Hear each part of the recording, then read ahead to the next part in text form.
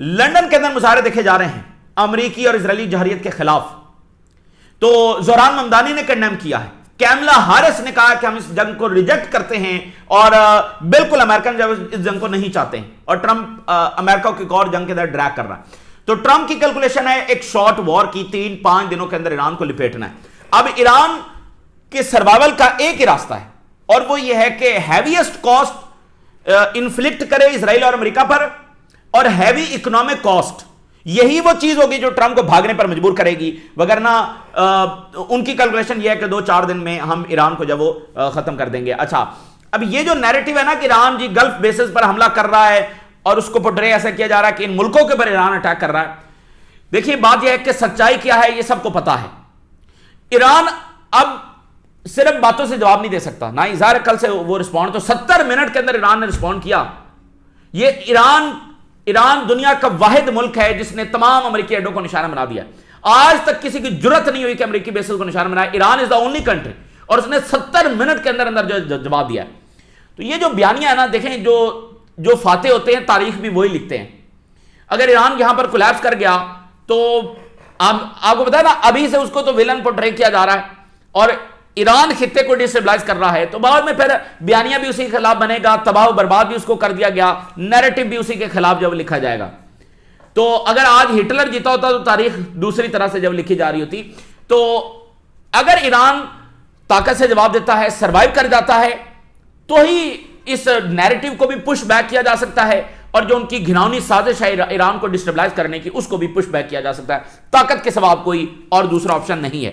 اور ہیوی اور destructive attacks, ناظرین ایران نے وہ ڈسٹرکٹیو اٹیکس شروع کر دیے ہیں, پہلے سے بھی زیادہ گھمبیر حملے. ایران نے تباہی مچا دی ہے, جس کو کہتے ہیں صحیح تباہی, وہ تباہی ایران نے مچا دی ہے, اور ایران کہہ رہا ہے ہم مزید مچانے جا رہے ہیں. ابھی تو سپریم لیڈر کا انہوں نے کہا بدلہ اب ہم لیں گے, اور ایسے انداز سے لیں گے کہ یہ یاد رکھیں گے. اس وقت آپ کو بتایا تل اویو اور اسرائیل سے کیا خبر آ رہی ہے. 342 کیجویلٹیز اسرائیل سے رپورٹ ہو رہی ہیں, جس میں میجر کیجویلٹیز تل اویو میں ہیں. 342 کیجویلٹیز اسرائیل کے اندر ہو چکی ہیں ایرانی حملوں کے نتیجے میں. ایران نے تل اویو کو بہت ڈسٹرکٹیو انداز میں نشانہ بنایا ہے, اور ایران نے ان کی جو ڈیفنس منسٹری ہے اس کو اٹیک کر دیا ہے. انہوں نے ایران کی ڈیفنس منسٹری کو اٹیک کیا. سپریم لیڈر کے گھر کے اوپر 30 بم گرا گئے ہیں.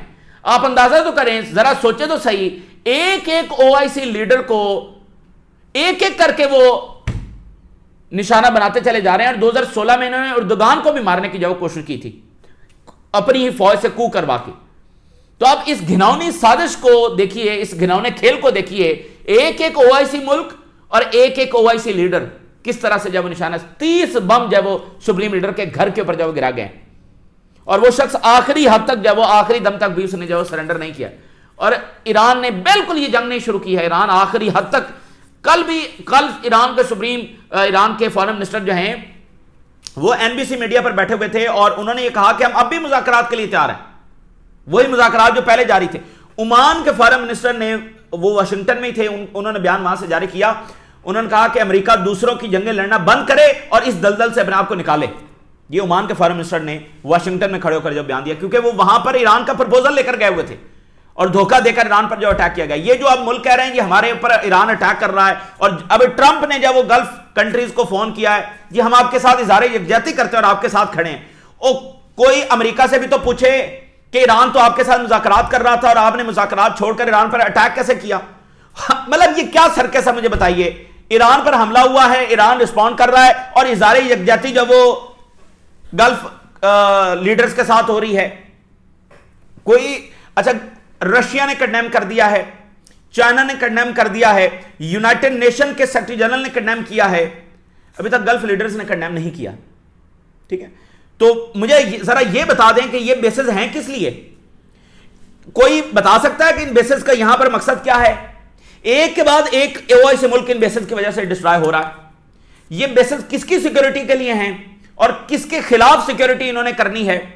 ایران کے خلاف کرنی ہے. تو ایران کو تو عرب ورلڈ کہہ رہی تھی کہ ہمارا دوست بن چکا, اور امریکہ کو کہہ رہے تھے کہ اٹیک ایران پر مت کرو. تو ایران کے خلاف کہاں سے ہو گئی یہ سیکیورٹی. ٹھیک ہے نا. اور اگر سیکیورٹی کرنی ہے تو پھر یہاں سے اڑ کر ادھر جا کے بمباری کیوں کرتے ہیں. یہ بیسز ہی فیسیلیٹیٹر ہے نا ان تمام ریجن پر بمباری کرنے کے لیے. تو یہ بیسز اب اگر ایران اپنی جنگ آگے بڑھاتا ہے تو یہ بیسز یہاں سے ان کا بوریا بسترا گول ہوگا, کیونکہ یہاں پر ایران بڑی ہیوی جو ڈسٹرکشن ہے وہ مچا رہا ہے. اس وقت ایران نے بڑی تباہی مچا دی ان بیسز کے اوپر. اس وقت بھی ان بیسز پر دوبارہ حملے لانچ کیے جا رہے ہیں. میں نے کہا نا کہ اب تمام ریڈ لائنز, تمام لحاظ ختم ہو چکا ہے. یہ چھوڑ دیں کہ یہ بیانیہ ہے, یہ بیانیہ ہے, بیانیہ وہ بناتے رہیں. اصل بات یہ ہے کہ جب طاقت سے ان کو جواب دیا جائے گا تو پھر سارے بیانیے جو وہ اسی طرح سے کرچی ہو جائیں گے. ایران کی ملٹری اسٹریٹجی میں آپ کے سامنے رکھ دوں. ایران جو وہ ان بیسز کو نکارہ بنا رہا ہے, اور اس کے بعد وہ اگلا اس کا جو فرنٹ ہے وہ نیوی پر, امریکی نیوی پر وہ کھولنے جا رہا ہے. پہلے وہ ان بیسز کو نکارہ بنا رہا ہے. مثال کے طور پہ قطر پر جو اٹیک کیا ہے وہاں پر امریکی بیس پر, وہاں پر ان کا سب سے دنیا کا ایڈوانس ترین جو ریڈار ہے وہ لگا ہوا تھا. $1.2 بلین اس کی مالیت ہے, اور اس کا کام یہ ہے کہ وہ بلسٹک میزائلز کو ٹریک کرتا ہے. پورے ریجن میں بلسٹک میزائل ادھر جا رہا ہے ادھر جا رہا ہے, اس کو وہ ٹریک کرتا ہے. دیٹ مینس کہ وہ گیا, وہ لگایا نہیں جا سکتا فوری طور پر, اور اس کی کاسٹ $1.2 بلین ہے. تو اب وہ ارلی وارننگ سسٹم تھا, اب وہ پتہ ہی نہیں ہے کہ کون سا بلسٹک میزائل کہاں سے لانچ ہو رہا ہے, کدھر جا رہا ہے. اور جو یہ کہہ رہا ہے کہ یہاں سے جہاز اڑتے نہیں ہو, بھائی جہاز اڑنا نہ اڑنا یہ مطلب نہیں ہوتا. آپ کی بیسز اس ساری ملٹری مشینری کا حصہ ہیں, ٹھیک ہے نا. تو یہ اس بات کو چھوڑ دیں گے یہاں سے جہاز اڑے تھے نہیں اڑے تھے. تو ایران نے جو ہے وہ, اور ساتھ اس کے اتحادی آ چکے ہیں. عراق نے باقاعدہ جب وہ حملوں کا آغاز کر دیا ہے. اگر بڑی کاسٹ پے کرنے پر مجبور کرے گا ایران تو ہی اس کا سروائیول ہے. اب یہاں پر سب سے بڑا سوال کیا ہے, ایران کتنے دن جنگ جاری رکھ سکتا ہے, ایران کے پاس کتنے میزائلز اور ڈرونز ہیں, کیونکہ اب اسی پر ایران کے مستقبل کا بھی فیصلہ ہوگا. اگر ایران کو بڑا جواب نہیں دے سکا تو پھر ظاہر ہے کہ ایران نہ تو ایران بچے گا ایز اے اسٹیبل کنٹری, اور نہ ہی ایران جو وہ بیانیہ ہے اس کو توڑ سکے گا. بیانیہ بھی اس کے خلاف لکھا جائے گا, اس کے لوگ بھی مارے جائیں گے, اور ملک بھی جو تباہ برباد ہو جائے گا اور ڈیسٹیبلائز ہو جائے گا. اچھا, اب سپریم لیڈر کے بعد جو ہے وہ میں آپ کے سامنے رکھتا ہوں کہ کیا ہو رہا ہے ایران کے اندر, اور کیسے نئی لیڈرشپ کو وہاں پر منتخب کیا جا رہا ہے. اس کی تیاری پہلے ایران نے جو وہ کر لی تھی, لیکن جیسے سپریم لیڈر تھے تو ایران کے جو حملے ہیں, جو جوابی اٹیکس ہیں, اس میں آپ کو ایک تدبر نظر آتا ہے, ٹھیک ہے نا. آپ کاسٹ بینیفٹ انالیسس کے ساتھ وہ جوابی اٹیکس کرتے ہیں. آپ اندھا دھند تو فائرنگ نہیں کر سکتے, اندھا دھند تو ادھر مارا ادھر مارا یہ نہیں ہوتا. اس لیے آپ کو ایران 12 دن کی جنگ میں بھی آپ کو ایک کاسٹ بینیفٹ انالیسس نظر آتا ہے, ایک تدبر نظر آتا ہے, اور حزب اللہ کے حملوں میں بھی آپ کو یہی چیز نظر آئے گی, وزڈم نظر آئے گا, اور حماس جس طرح سے لڑی ہے آپ کو اس میں بھی نظر آئے گا. تو سپریم لیڈر کے بعد اسی تدبر کو ایران جاری رکھ سکے گا یا نہیں رکھ سکے گا, یہ بڑا سوال ہے. اور as a stable country Iran کیا سروائیو کر سکے گا, یہ نہیں کر سکے گا. میزائل کتنے اور ڈرونز کتنے. علی لاریجانی نے کہا ہے کہ بہت بڑی قیمت ان کو چکانا پڑے گی. اس وقت ایران میں جب وہ جو ان کی کاؤنسل ہے وہ تشکیل آلریڈی وہ موجود ہے, اب وہ نئے جو سپریم لیڈر ہیں ان کو وہ منتخب کرے گی.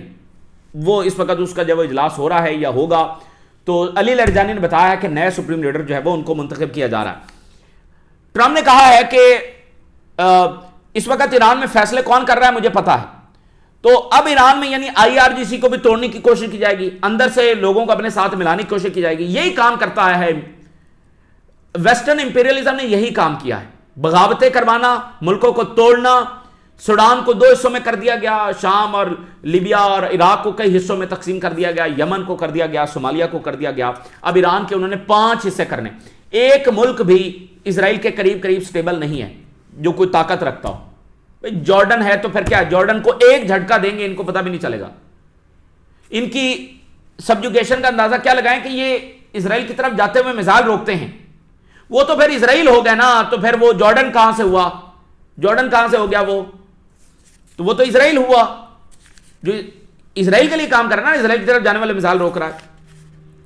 تو ان کو بھی ایک جھٹکا دیں گے اور پتہ بھی نہیں چلے. ایک بھی سٹیبل کنٹری جو طاقت رکھتا ہو وہ نہیں بچا ہے. اور اس کے بعد ترکی کی طرف آئیں گے وہ, اور پاکستان کی طرف آئیں گے. تو پاکستانی میڈیا کو بھی ذرا ہوش کے ناخن لینے چاہیے اور تھوڑی سینسیبلٹی جب دکھانی چاہیے, معاملے کی حساسیت کو جب سمجھنا چاہیے, ٹھیک ہے نا. جو خبر آئی اس کو چلا دیا اور پتہ نہیں ہے کہ کیا بات ہو رہی ہے کیا نہیں ہو رہی, عالمی سیاست کی پیچیدگیاں کیا ہیں, ان کی سازشیں. بھائی جب وہ ایک ملک پر اٹیک کر رہے ہیں اور ان کے پاس کوئی جسٹیفیکیشن ہی نہیں ہے تو پھر جسٹیفیکیشن تو وہ گھڑیں گے نا. طرح طرح کے پروپیگنڈے بنائیں گے. رشیا اور چائنا کے مندوب نے ابھی جو یونائٹڈ نیشن میں بات کی ہے, انہوں نے کہا کوئی جسٹیفیکیشن نہیں, اور بالکل جہریت جب وہ ایران کے اوپر کی جا رہی ہے. اور رشیا نے کہا ہے کہ ویسٹ حقائق کو فیبریکیٹ کر رہا ہے ایران کے حوالے سے, کہ جیسے ایران نے کچھ کیا. ایران پر حملہ ہوا ہے بھائی, ایران کو تباہ و برباد کیا جا رہا ہے. تو ایران آگے سے مجھے بتائیے کیا کرے, آپ بتا دیجئے.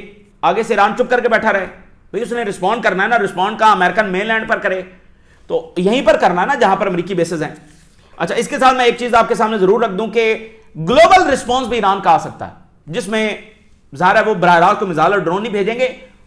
ڈفرنٹ جو ٹارگٹس ہیں وہ ان کے لوگ کر سکتے ہیں جا کر مختلف ریجنز کے اندر, ٹھیک ہے نا. یہ پاسبلٹی ہے, کیونکہ میں نے آپ کو بتایا اب ساری ڈیڈ لائنز وہ کراس ہو چکی ہیں.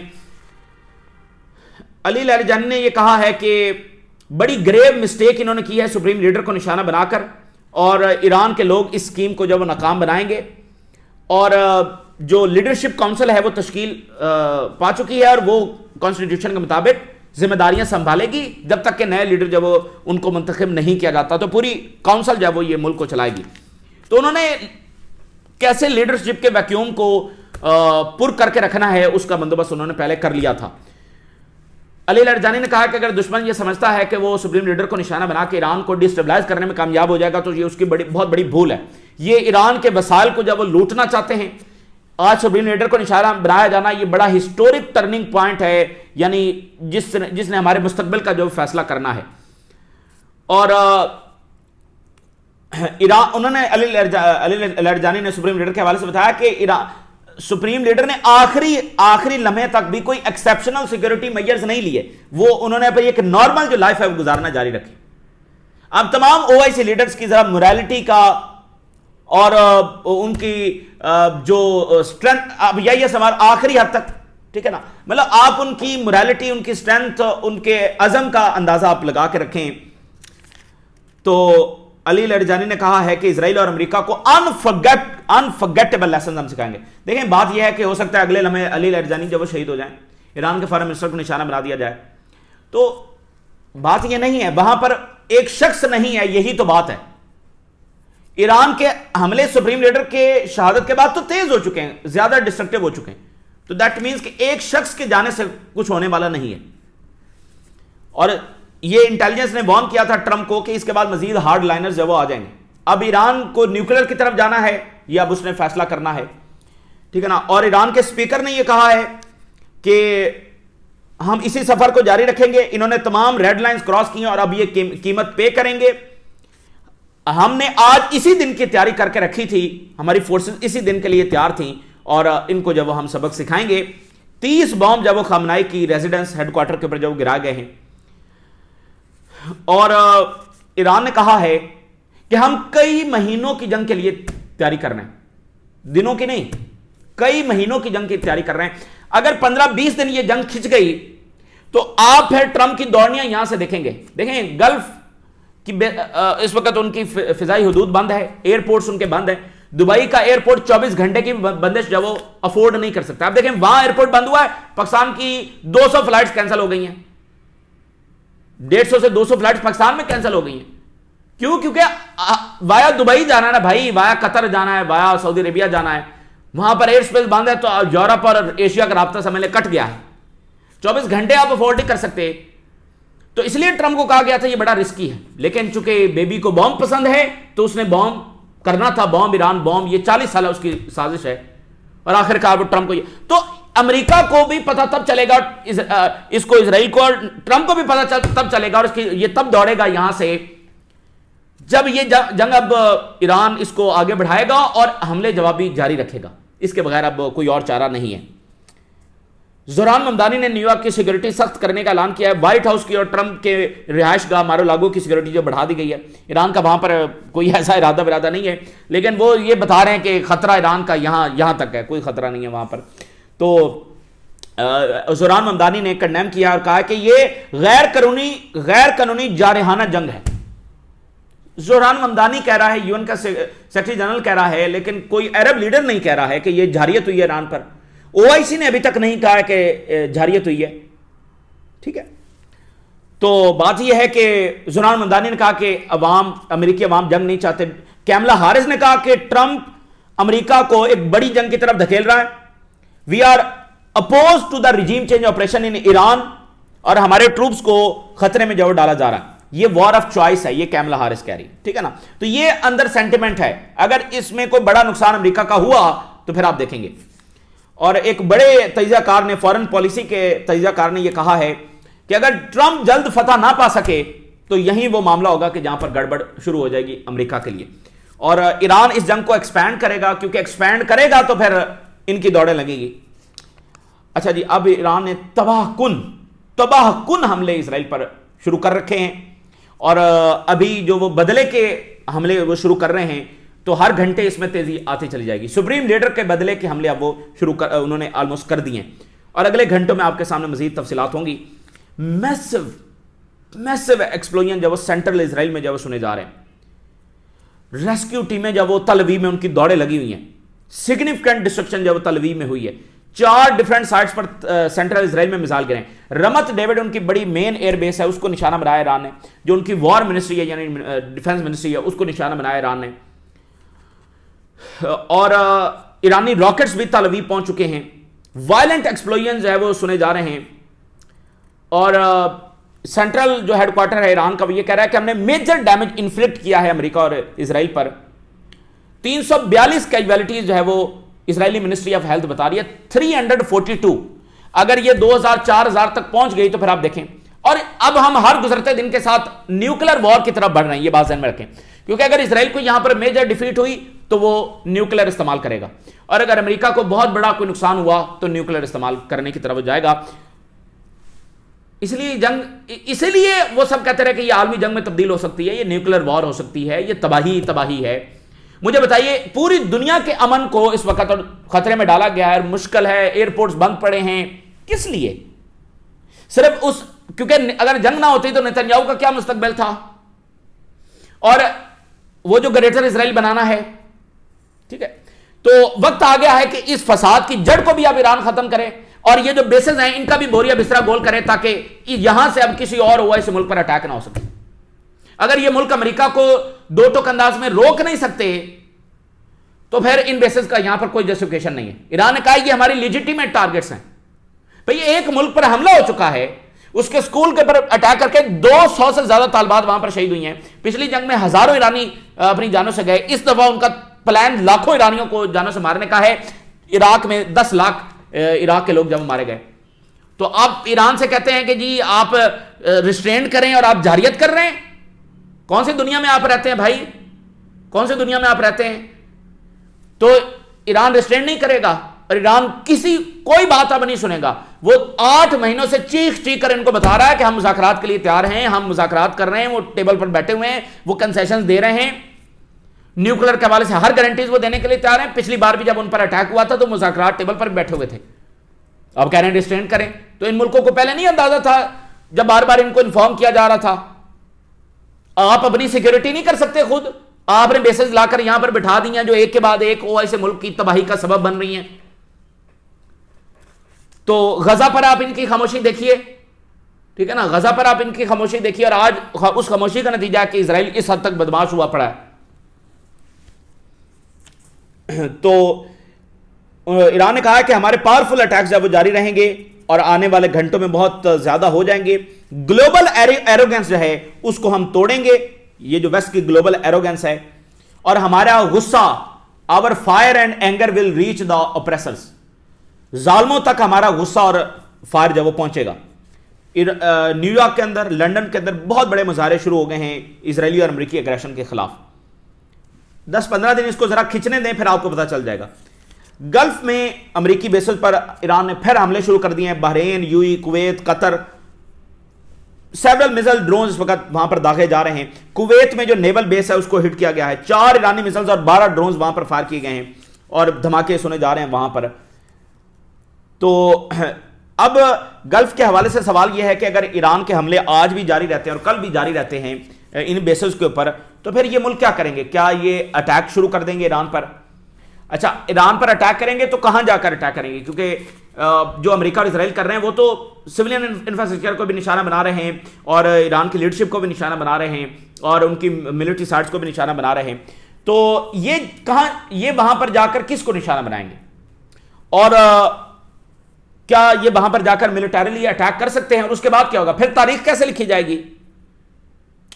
کیونکہ اس وقت عرب اسٹریٹ کہاں پر کھڑی ہوئی ہے، یہ بات ذہن میں رکھیں. تو یہ میں تو پہلے سے ہم تو 8 مہینوں سے کہہ رہے ہیں کہ یہ او آئی سی کے لیے سب سے بڑا چیلنج ہوگا کہ وہ اس سازش کا سامنا کیسے کرتی ہے. مشکل ترین ٹائم اس وقت او آئی سی کے لیے، ٹھیک ہے نا. تو اس کی تیاری ان کو پہلے سے کر کے رکھنی چاہیے تھی. تو اب ایک سازش ہے کیونکہ اسرائیل تو یہی چاہے گا کہ خطہ ڈیسٹیبلائز ہو اور یہ آپس میں لڑیں. اسرائیل کو اس سے زیادہ اور کیا چاہیے؟ اسرائیل نے یہاں پر کوئی امن تو کرنا نہیں تھا، اس نے یہی کچھ کرنا تھا. تو لاسٹ ٹائم جب اٹیک ہوا تھا ایران نے امریکی بیسز کو نشانہ بنایا تھا پچھلی جنگ میں، تو نتنیاہو کا بیان تھا کہ اب ہم اپنے مقاصد حاصل کرنے کے قریب ترین پہنچ گئے ہیں. تو یہی وہ مقاصد ہے کہ یہ آپس میں جو لڑ پڑیں. تو اس میں بڑی وزڈم کی ضرورت ہے اور بات یہ ہے کہ اگر اسٹریٹ آف ہرموز بند ہے اور ایئر اسپیس بند ہے تو یہ ملک کیسے افورڈ کریں گے اور گلوبل اکانومی کیسے افورڈ کرے گی؟ اسٹریٹ آف ہرموز اب بند ہو چکا ہے اور اب میں آپ کو کہہ رہا ہوں خوفناک نیول وار بھی چھڑنے جا رہی ہے کیونکہ بیسز سے فارغ ہو کر اب ان کی نیوی کی طرف آ رہے ہیں. تو یہ اس وقت کی تازہ ترین ڈیولپمنٹس ہے جو آپ کے ساتھ شیئر کیا ہم نے. راز روگا کریں اجازت دیجیے. اللہ حافظ.